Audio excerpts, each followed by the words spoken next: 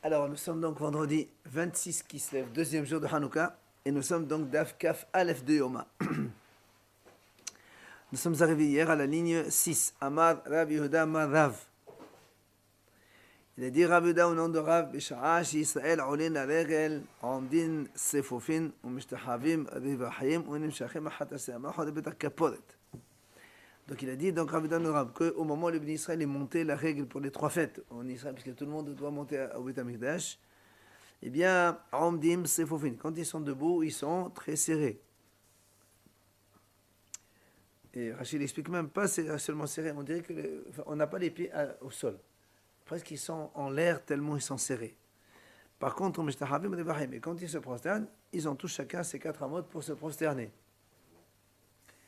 Et il nous rajoute l'idée suivante, comme quoi, ça veut dire que si on sait que le Beth Amikdash,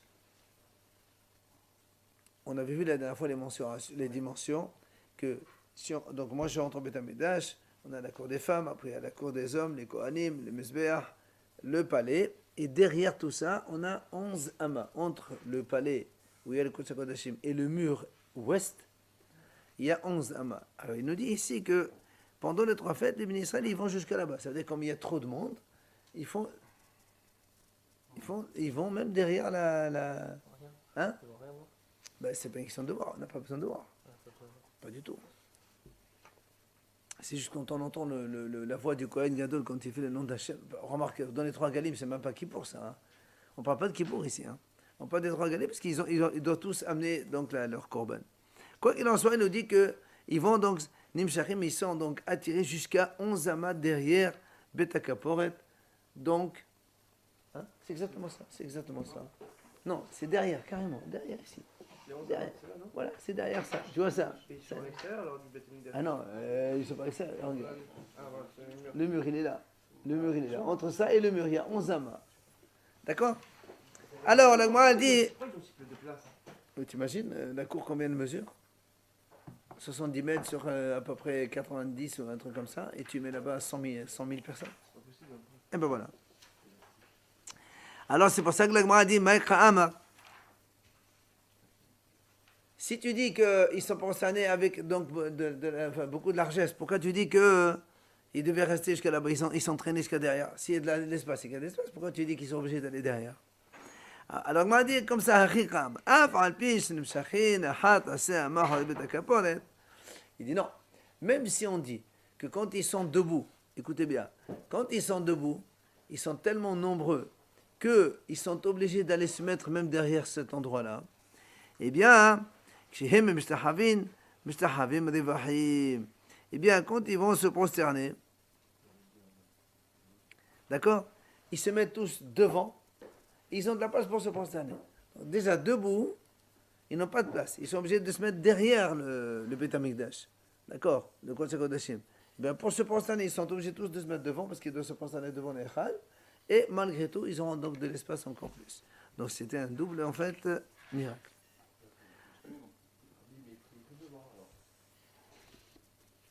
Passe-moi l'agma avec les photos. Alors, l'agma nous dit comme ça. Nous, on voit ici le Beth Amikdash. Vous savez, le Beth Amikdash ici. On rentre par là. Donc, en général, les Bnei Israël, ils sont ici, dans la cour. Et pendant les trois fêtes, ils sont tellement nombreux qu'ils se doivent tous glisser, même derrière là, des deux côtés, dans cet espace. Normalement, personne ne va. Déjà, ça va rien. Mais on te dit déjà, ils vont là-bas. Et alors, il te dit, quand ils sont debout, ils sont tous là-bas coincés dans toute la superficie qu'il y a dans la cour. Maintenant, pour se prosterner, ils doivent tous venir de ce côté-là. Pour se prosterner. Et pourtant, ils ont encore de l'espace. Quand ils se prosternent, ils se mettent à terre. Ils ont 4 amots de chacun. Ça fait rien, mais quand ils se prosternent pas, il n'y a pas de problème. Ils ne tournent pas le dos, ils sont en face. Ils ne tournent pas le dos. Ceux qui sont là, ils le regardent comme ça. Ceux qui sont là, ils regardent comme ça. Ceux qui sont là, ils regardent comme ça. Ils ne tournent pas le dos. Mais c'est... Oui. Exactement. Mais ça, c'est pendant les normaux. Mais là, on dit pendant les trois fêtes où il y a tellement de monde, alors on passe de l'autre côté.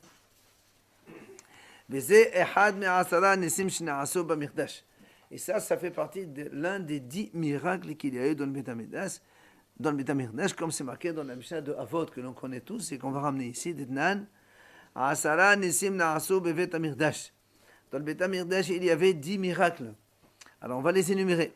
Le premier, Lo Hepila Esha Melech Besala Kodesh. Jamais une femme enceinte n'a avorté parce qu'elle a senti l'odeur de la viande donc du Beth Amikdash.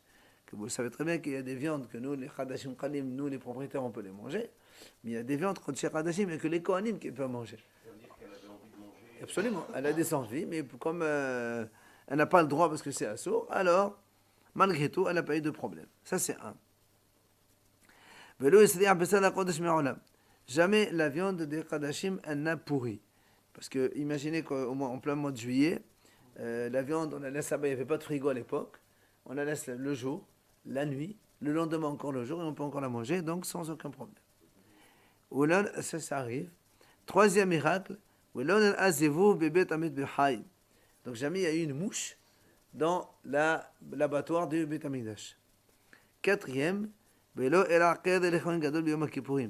jamais un Kohen Gadol n'a eu un problème d'impureté nocturne le jour de Kippour.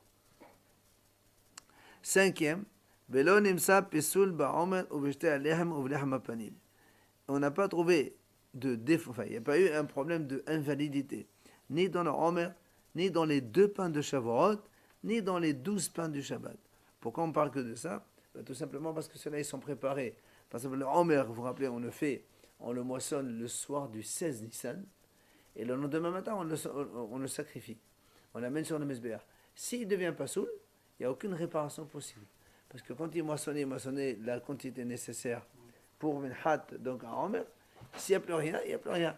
Parce que pour offrir, il fallait la moissonner la veille. Or là, on est déjà le matin, 9h du matin, c'est pas possible. Donc si elle n'est pas soul, elle est nulle. Donc il n'y a jamais de pas soul. La même chose pour les jeter à l'herbe de Shavuot, les 2 pains de Shavuot. On doit les préparer la veille de Shavuot et on les offre le jour de Shavuot. Si le jour de Shavuot, le matin, avant de les offrir, deviennent pas soul, ben, il n'y a aucune possibilité, on ne peut plus le refaire. Parce qu'on n'a pas le droit de faire cuire, préparer les pains pendant Shavuot. Et enfin, la même chose pour les 12 pains du Shabbat. Ils sont préparés le vendredi. S'il arrive quoi que ce soit le Shabbat, eh ben, on ne peut pas les mettre sur la table, tant pis. Et la table va rester sans pain. Et donc ça n'arrivait jamais. Miracle suivant, Omdim Sefofin, Umishtahavim Revahim. C'est ce qu'on vient de dire maintenant. Les Bnei Israël, quand ils vont pendant les 3 fêtes, ils sont tellement nombreux qu'ils sont serrés comme des sardines. Mais quand ils vont se prosterner, ils ont chacun ces 4 amots devant lui pour se prosterner. Miracle suivant, jamais un juif n'a été blessé ni par un serpent ni par un scorpion à Yerushalayim, donc quand il venait pour les 3 fêtes. Miracle suivant, et jamais un homme n'a dit à son prochain, je suis serré ici, je suis à l'étroit à Yerushalayim. Ben, personne n'a eu cette impression, ils étaient toujours donc largement installés, tranquilles, pendant les 3 fêtes. Hein? C'est pas des Mishnayot. C'est Mishnah Avot, ça. Oui, mais on dit que Perkei Avot, c'est que les Mishnayot. Non, c'est une Mishnah. Il te rappelle une Mishnah. L'Etnan, on a décidé une Mishnah. Regarde, on est vraiment, c'est 5e Perk, 5e Mishnah. Non, c'est pas le 6e. Le 6e, il parle de Ma'alot HaTorah. Alors, donc, on a ici donc, les 10 miracles qu'on a énoncés et dans lesquels on a vu justement que le Bnei Israël était donc serré et il se prosternaient donc de façon large. Alors, la Gemara pose une question. Oui.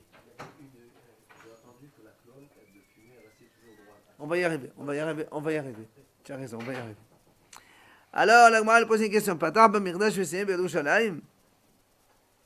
La Gemara dit, je ne comprends pas. D'abord, tu nous dis, il y a eu 10 miracles dans le Beth Amikdash. Et on parle de Beth Amikdash. Après, tu me rajoutes des miracles à Yerushalayim, dans la ville de Yerushalayim. Ça n'a rien à voir. D'accord? Question.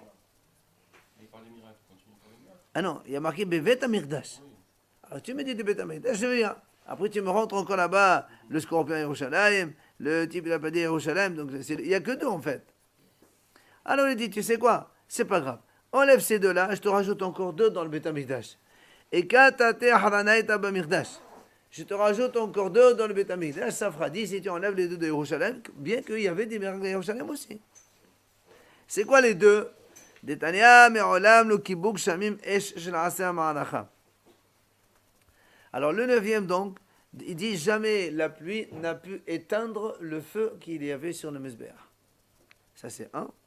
Le 2e, Ashana ma'anacha afilu kol alchot shebaolam ba'ot u'mnashbot bo en mizezot oto memekomo.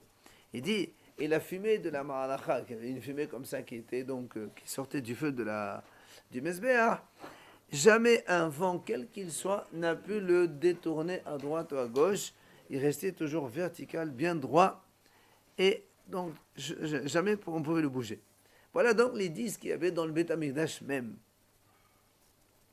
C'est là où la Gemara pose une question. Mais tous les cas, c'est tout ce qu'il y avait, il n'y a que ça.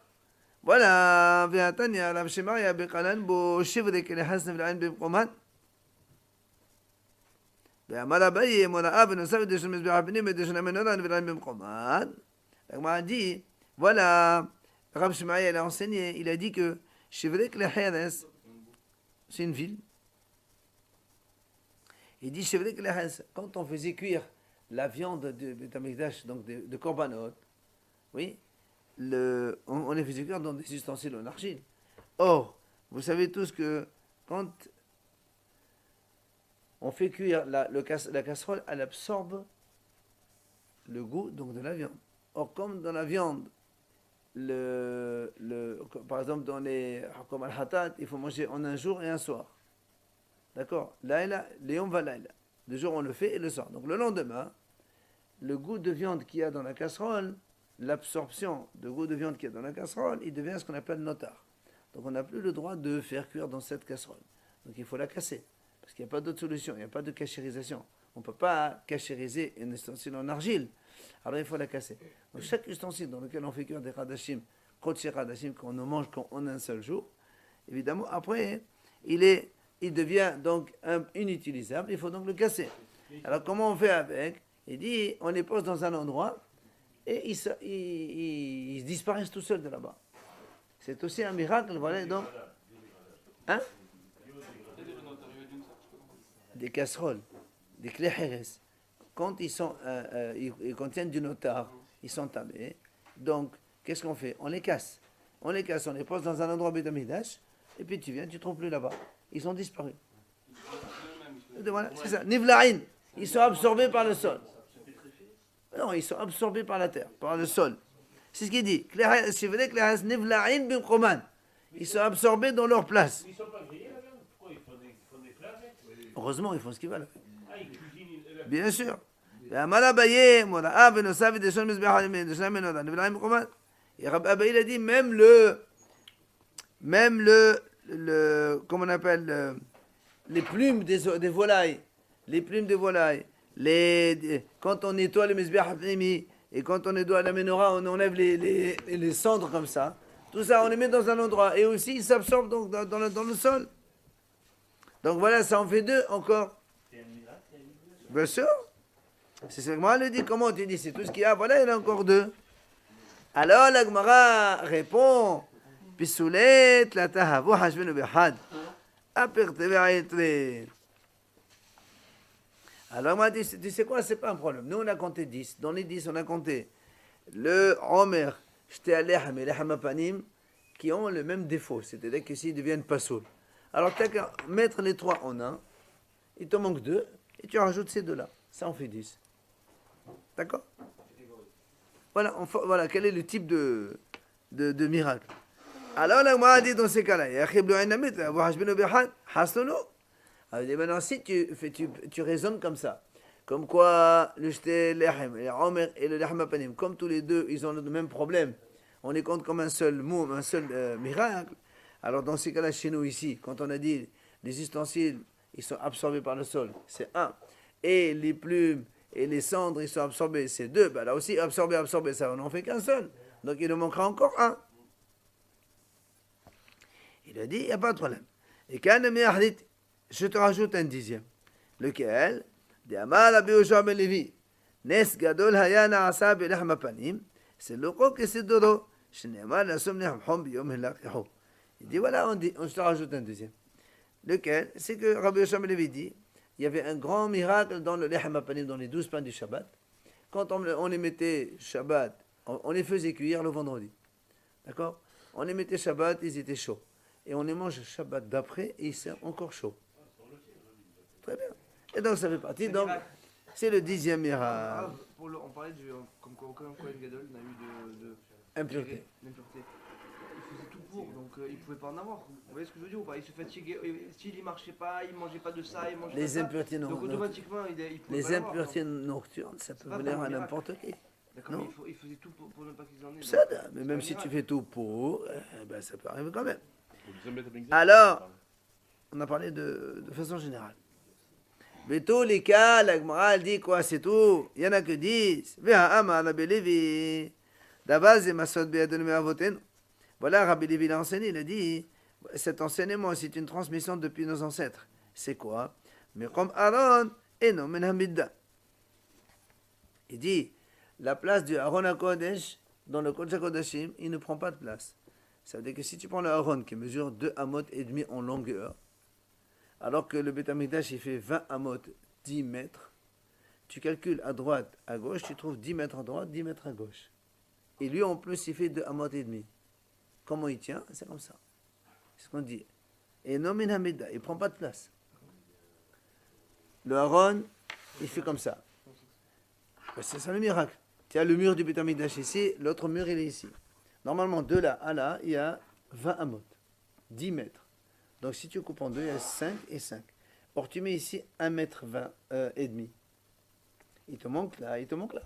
Ben, si tu comptes là, tu trouves 10. Tu comptes là, tu trouves 10, ça fait 20. Plus tu as 1 mètre et demi ici. Comment il tient, on ne sait pas. C'est ça le miracle. Mais il sert à quoi ce miracle? Ben, c'est un miracle. Puis encore les autres, ça sert à quelque chose, c'est beau, mais ça sert à quoi? C'est la grandeur d'Hachem. Hachem nous montre comment il nous aime. Voilà. La Torah n'a pas de... Et la Gemara dit, Amar Rabbanan, il y a encore un autre. Amar Shmuel, au nom de Shmuel, Krovim, Benessa Yoramdin. Les Krovim, les chérubins, ils tenaient avec miracle, par miracle. Comment ils tenaient par miracle? Il dit parce que quand Shlomo HaMelech, il a fait des Krovim, rappelez-vous, on a vu ça avant. Moshe Rabbeinu, il a fait 2 Krovim qui étaient sur le Aaron. Oui, vous vous rappelez, il y avait 2 petits bébés sur le Aaron même.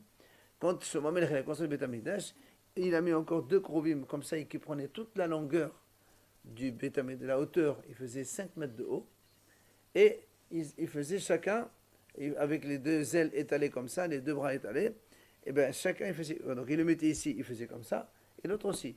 Et là aussi, c'est pareil. Quand il mettait les 2 bras comme ça, tu comptais 20 amot, 10 mètres, et pourtant il y a le corps où il tient, on ne sait pas où il tient. C'est-à-dire que si tu comptes moi comme ça, ici à peu près 40-50 cm, rajoute ici truc, normalement tu calcules tout ça, là, tu additionnes, ça fait un total. Chez le chérubin, quand tu additionnes le bras droit, le bras gauche, tu as par exemple 5 mètres, de l'autre côté tu as 5 mètres, et comment il tient le corps? Où il tient le corps? On ne sait pas où il tient. Comme le Aaron, il n'a pas de place. Béné Saïr dit. De Moshe Rabbeinu. Pardon. Il a rajouté 2 chérubins. Shlomo HaMelech. Il les a rajoutés sur les précédents? Oui, il y avait les 2 qui étaient sur le Aaron. Lui, il a rajouté 2 qui étaient debout carrément en or. Sur. Donc, ah non, non, il y avait déjà 2 de Moshe qui étaient posés. Voilà donc 2 miracles supplémentaires qu'il y avait donc dans le Beth Amikdash. Pourquoi tu ne les as pas cités? Alors, la Gemara répond, Nisi de Rabbi la Kahashiv. Pardon, Nisi de Rabbi la Kahashiv, la Kahashiv. Il lui dit, tu sais quoi? Je peux te répondre simplement. Ça, ce sont des miracles qui sont à l'intérieur. Et nous, on veut compter que les miracles qui sont à l'extérieur du palais. Voilà, ce que l'on voit. Ce que l'on voit, visible, et là, on ne les voit pas. Alors c'est là où la Gemara pose une question. Elle dit, attends. Dans ces cas-là... Non, on n'a rien dit. On a dit dans le Beth Amikdash. On a énoncé tous les miracles qu'il y avait dehors. Et il dit, mais ceux-là, ils sont à l'intérieur, je ne compte pas. Ah, la Gemara dit, attends, je m'excuse. Mais le pain, c'est à l'intérieur. Mais pas animé mange. Hein? Enfin, c'est quand même dedans. Non, la Gemara dit non. Et après, les hamapanim, mais c'est des rabayho. D'accord? Donc les pains, c'est à l'intérieur. Toi, tu me dis l'intérieur non pas visible, on ne le fait pas. Ben voilà, le pain aussi, il n'est pas visible. Alors il dit non, monsieur. Le pain, les 12 pains de Shabbat, on les compte parmi les miracles extérieurs. Pourquoi? C'est marqué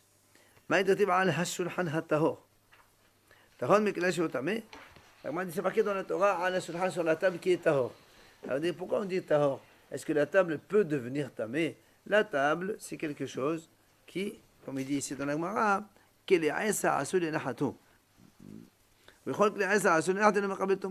quand on a un ustensile en bois qui repose, qui est fait pour être posé et ne pas être mobile, il ne prend pas l'impureté. Alors la table aussi, c'est pareil. En général, donc, Bien sûr, bien sûr. Une planche, quand elle mais un récipient. Tu prends une table. Une table, si elle est, je sais pas moi, qui pèse 3 tonnes et qu'on ne bouge jamais de sa place, elle ne prend pas l'impureté. Mais tu prends les tables de chez nous aujourd'hui, tu prends une table comme ça, tu bouges dans tous les sens, c'est sûr qu'elle prend l'impureté. On a vu qu'ils mettaient même une table à modeler. Alors justement, il va lui montrer comment.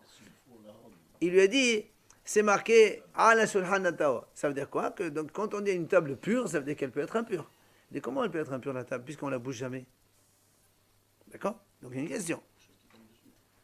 Alors donc c'est quelque chose qui est immobile. Et la mélamette, de là on apprend que quoi?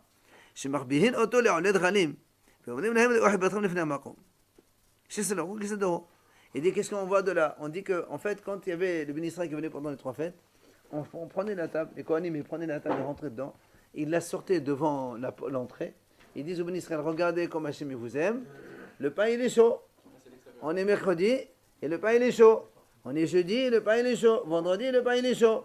Ah vous avez vu? Donc c'est un miracle extérieur. Les bénisraël ils voient ça.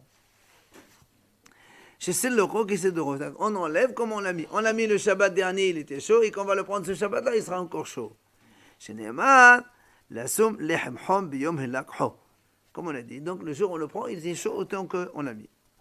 Alors on va poser une autre question. Mais tous les cas, c'est tout ce qu'il y avait comme miracle. Ve'amal Abu Shaya. Voilà Abu Shaya a enseigné. B'sha'ah shebana Shlomo Bet HaMikdash. Quand Shlomo Melech il a construit le Bet HaMikdash, nata bo kol minim radim shel zahav. Ve'ayom moseim pedotem bezmanan. Il dit quand Shlomo Melech il a planté plein d'arbres en or, des grenades, des figues, des pommes, des poires, tout ça, en or.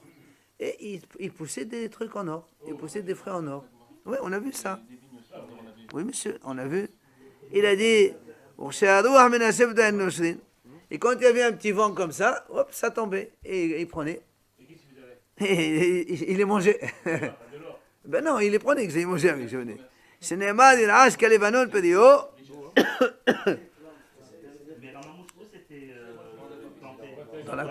Dans la cour, bien sûr. Alors, comme c'est marqué, il a Levanon Pédio, bien sûr dans la Hazara. Alors, donc, tu vois, donc il est marqué, il a Levanon Pédio, Levanon c'est le Beth Amikdash, il tremble, il fait donc des fruits. Donc, c'est encore un miracle extraordinaire. Et quand les Goïms sont entrés là-bas, il y a Vesh. Il a séché, il n'y a plus d'or, il n'y a rien du tout. C'est du. Les Goïms sont entrés là-bas. Mais il dit, et Hachem va les remettre, mais Hachem, quand tu auras le 3e Beth Amikdash, on en aura encore. C'est le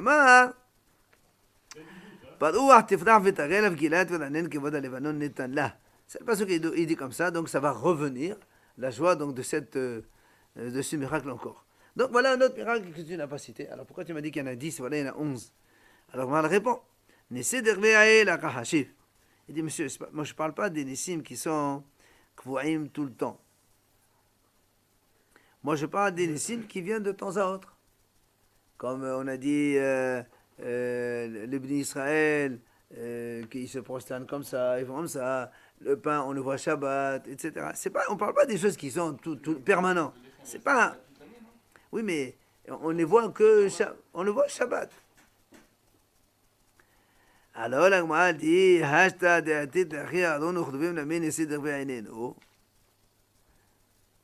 on a dit ici c'est comme ça. Hein.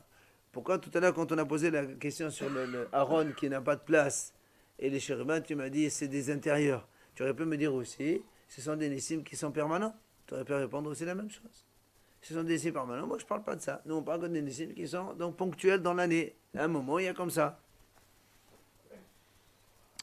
Amad Mod Ba'ashana Ma'alacha. Maintenant, le Gemara revient sur l'un des 10 miracles qu'on a cités. On a dit que là-bas, Ashana Ma'alacha, la fumée du feu du Mizbeach, aucun vent ne le bougeait. C'est quoi la réponse, pardon? Il n'y a pas de réponse. Tu savais pas? Ah, il a pas répondu. J'aurais pu répondre ça aussi là-bas. Alors, la Gemara dit, comment tu dis qu'il y avait une colonne de fumée dans le feu du Mizbeach? Ve'atania, voilà une bretta qui dit, Hamisha devarim ne'emru ba'esh shel ma'alacha. Le feu du Mizbeach, on a enseigné à son propos 5 choses. C'est quoi? 1. Le feu, il a une forme de lion. Quand tu vois le feu, le feu sur le Mizbeach, il a une forme de lion, comme si il y avait un lion comme ça. Uvala kahama, et elle est chaude comme le soleil. Vishba mamash, c'est-à-dire tu la touches comme un truc palpable, voilà. Non, mais ça veut dire c'est palpable. Non, mais si tu mets du pain, ça veut dire donc tu touches qu'il y a quelque chose là-dedans. Tu mets de la viande, tu touches qu'il y a quelque chose. Et elle mange, c'est-à-dire elle consume aussi bien les choses sèches que les choses liquides. C'est-à-dire même le sang, elle le brûle. Et c'est marqué là-bas, elle n'a pas de fumée. Alors comment toi tu me dis que la colonne de fumée du Mizbeach ne bougeait pas? On dit ici qu'il n'y a pas de fumée. Alors la Gemara répond qu'il il dit, quand on a dit qu'il y avait la fumée, on parle de la fumée d'un feu que l'homme amène. Tu vas me dire, mais voilà, il y a le feu d'Hachem, pourquoi l'homme amène? Il dit, parce que c'est marqué, et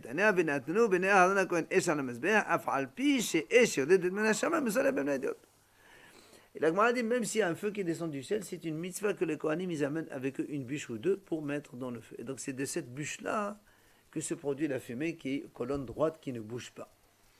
Mais il a allumé le feu quand même? Heureusement. Après, on a dit que le feu avait des boutsa ka'ari, comme un lion qui était donc assis. On a dit comment? Rabbi Hanina, c'est quand un Kohanim, il a dit une fois, moi j'ai vu, elle avait la forme d'un chien, pas d'un lion. Comment tu dis que c'est un lion? Alors on dit la kasha, quand même on dit non, c'est pas pareil. Dans le Beit HaMikdash Rishon, elle était comme la forme d'un lion. Dans le deuxième Beit HaMikdash, qui c'était moins bon, elle était comme la forme d'un chien. Alors c'est là où on dit comment? On va Mikdash Sheni Mehavai carrément. Est-ce que dans le Beit HaMikdash, il y avait là-bas une forme de quoi que ce soit du feu du ciel? Ve'amar Rav Shmuel bar Inya, ma'i dirti ve'esebo ve'kaveda.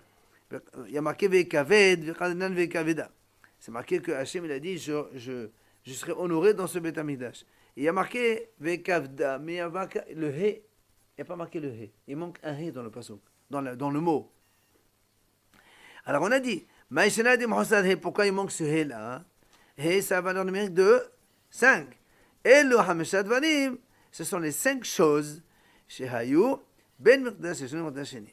C'est les 5 choses qui manquaient dans le deuxième Beit HaMikdash par rapport au premier. C'est quoi les 5 choses? Et on va les énumérer. Ve'elohen, Adon ve'chaporet ve'chdovim. Donc l'arche sainte, les chérubins, d'accord?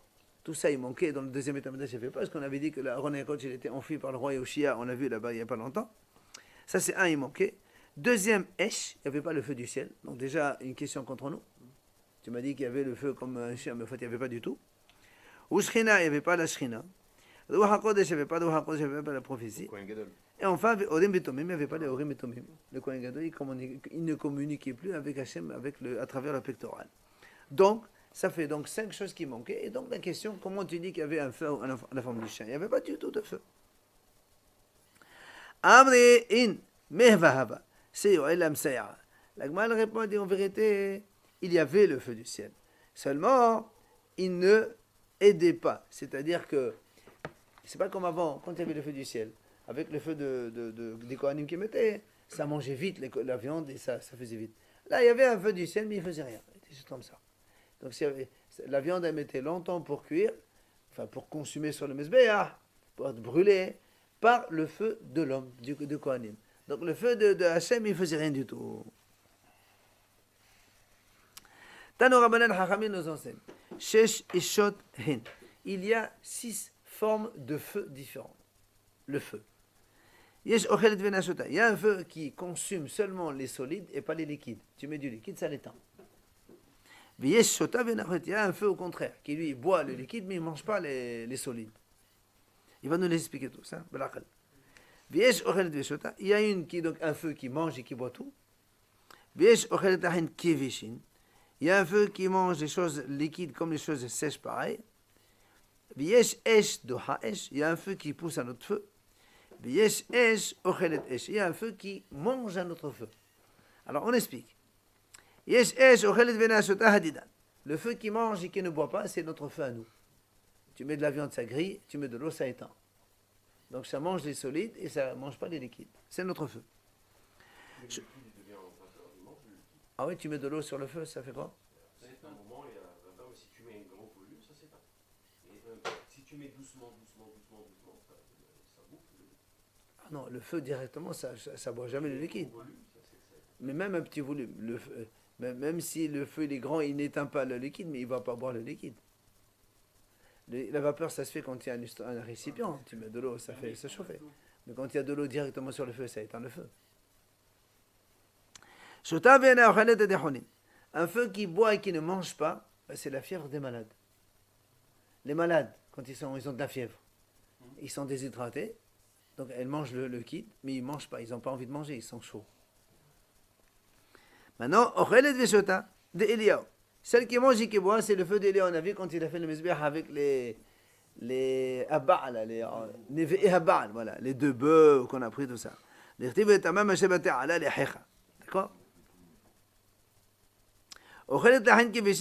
Celle qui mange les liquides et le solide, celle du feu du Mizbeach. Parce que tu mets de la viande, ça mange le sang, ça mange le tout. Tout est consumé dans le Mizbeach. Yesh esh do ha'esh, un feu qui repousse un autre feu, c'est le feu de Gabriel. Vous vous rappelez quand il est descendu sauvé, on a vu ça aussi, quand il est descendu sauvé du feu Hananem et Azaria, on a dit il a apporté un feu qui a refroidi l'autre feu et qui a brûlé ceux qui étaient dehors. C'est un feu qui pousse un autre feu. Enfin, yesh esh ochelet esh de Shrina. Le feu qui mange un autre feu, c'est celui de la Shrina. Lequel? Vous vous rappelez, on a vu ça aussi. On a dit quand Hachem voulait créer le monde, il a demandé à Malachim ce que vous en pensez. Ils lui ont dit laisse tomber. Alors Hachem a marqué. On a dit il a tendu son doigt, il les a brûlés. Alors les Malachim c'est du feu. Et Hachem il a mis un feu, il les a brûlés. Donc un feu qui brûle du feu. C'est du feu les Malachim? Eh ben oui. Comment oui? Un Malach c'est du feu. Alors là, on a dit, maintenant elle pose une autre question. On a dit que la fumée du Mizbeach, on a dit, donc on a répondu que c'est la fumée de l'homme, d'accord? On a dit, même tous les vents du monde, personne ne le bouge de sa place. Alors, on pose une question. Il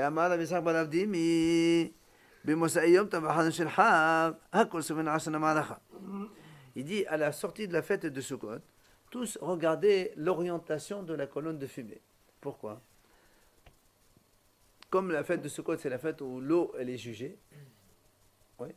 Parce qu'on fait Moridata, Mashivadoua. Alors il regarde l'orientation de la colonne de fumée. Alors, nota que la Pesafon, si la colonne va vers le nord, ça veut dire qu'il y a un vent de sud qui pousse. Dans ces cas-là, les pauvres ils sont heureux et les riches non. Pourquoi? Parce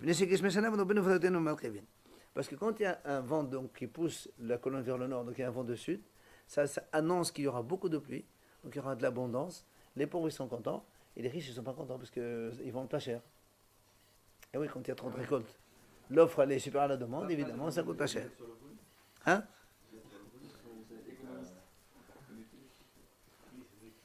Maintenant, notez que la paix d'Arom, si maintenant le vent il est orienté vers le sud, ça veut dire qu'il y a un vent du nord qui vient. Ça c'est le contraire. Il n'y aura pas beaucoup de pluie. Donc du coup les pauvres ils sont tristes parce qu'il n'y a pas assez manger. Les paysans, ils sont contents. Parce que, oui, évidemment, ils vont garder. C'est la même chose, les bâtiments. Non, pas des aniyim, mais des bâtiments. Les pauvres, ils sont tristes, mais les paysans, les riches, enfin les propriétaires des terrains, eux, ils sont contents. Hein? Avec le vent, oui. Quand la colonne va vers le sud. C'est ça, c'est le vent du nord qui pousse vers le sud. Natak la Mizrah, si maintenant ça va vers l'est, donc il y a un vent d'ouest qui vient. Hakol Smihin, tout le monde est content. Klapé Ma'alav, Achid dit tout le monde est content parce qu'il dit elle est modérée. Voilà, le vent il est modéré donc tout est bon. Enfin, il est bon. Maintenant, si c'est le contraire, Klapé Ma'alav Hakol Atzibin. Si c'est vers l'ouest, tout le monde est triste parce que c'est pas bon pour tout le monde. Mais alors, la fumée, elle bouge que pour Sukkot, alors? Non, c'est pas qu'elle bouge que pour Sukkot. Ça veut dire que les gens, ils viennent la voir à la sortie de la fête de Sukkot pour savoir quelle orientation ça a. Et avec ça, ils savent qu'est-ce qui va se passer. C'est la question. C'est ça la question. Et l'Est, c'est quoi? C'est la sécheresse? Le dernier? C'est l'ouest. Le Klapé Ma'alav, quand ça va vers l'ouest, tout le monde est triste. Ça veut dire que c'est pas bon pour tout le monde. Donc la question, elle est là. Bah, tu as dit ça bouge pas. Oui, mais tu as dit ça bouge pas, ça bouge pas. Alors la Gemara répond. Il a dit des asiles, il dit tiens, d'accord. Nous, quand on a dit aucun vent ne la fait bouger, ça veut dire elle ne s'éparpille pas. C'est vrai que la colonne, elle est droite. Elle est penchée, mais toute la colonne, elle est penchée.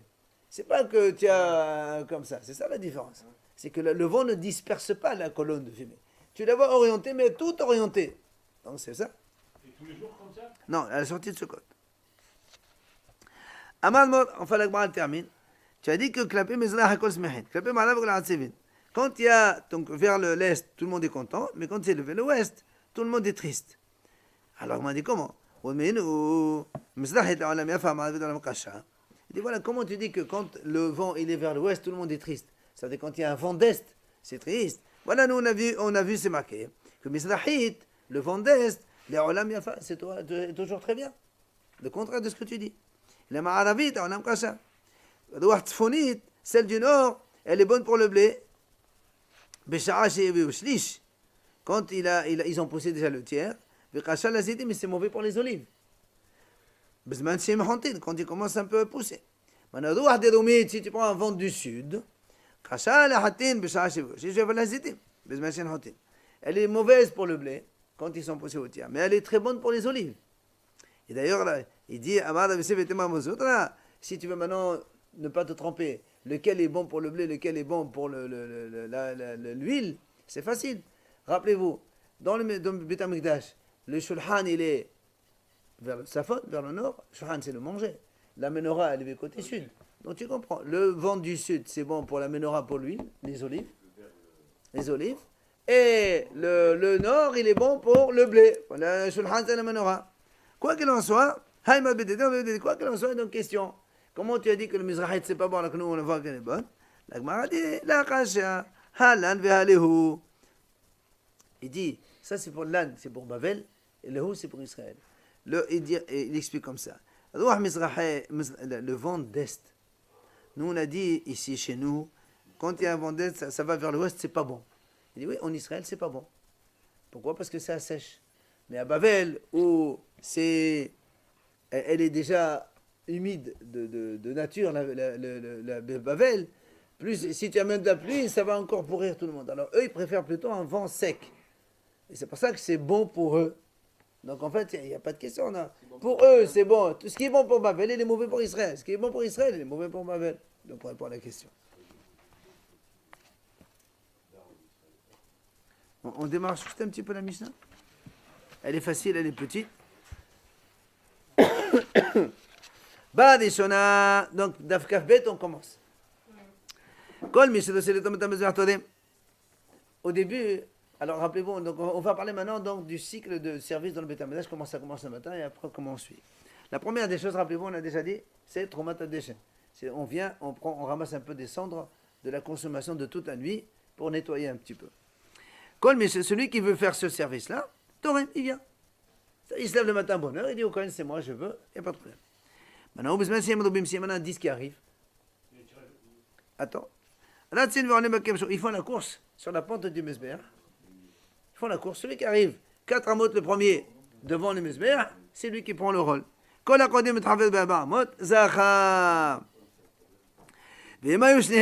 maintenant il y a 2 ex-aequo qui arrivent 2 en même temps, alors,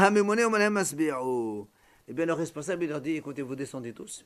Pas que les 2 seulement. On fait un tirage au sort pour tous les kohanim qui étaient présents.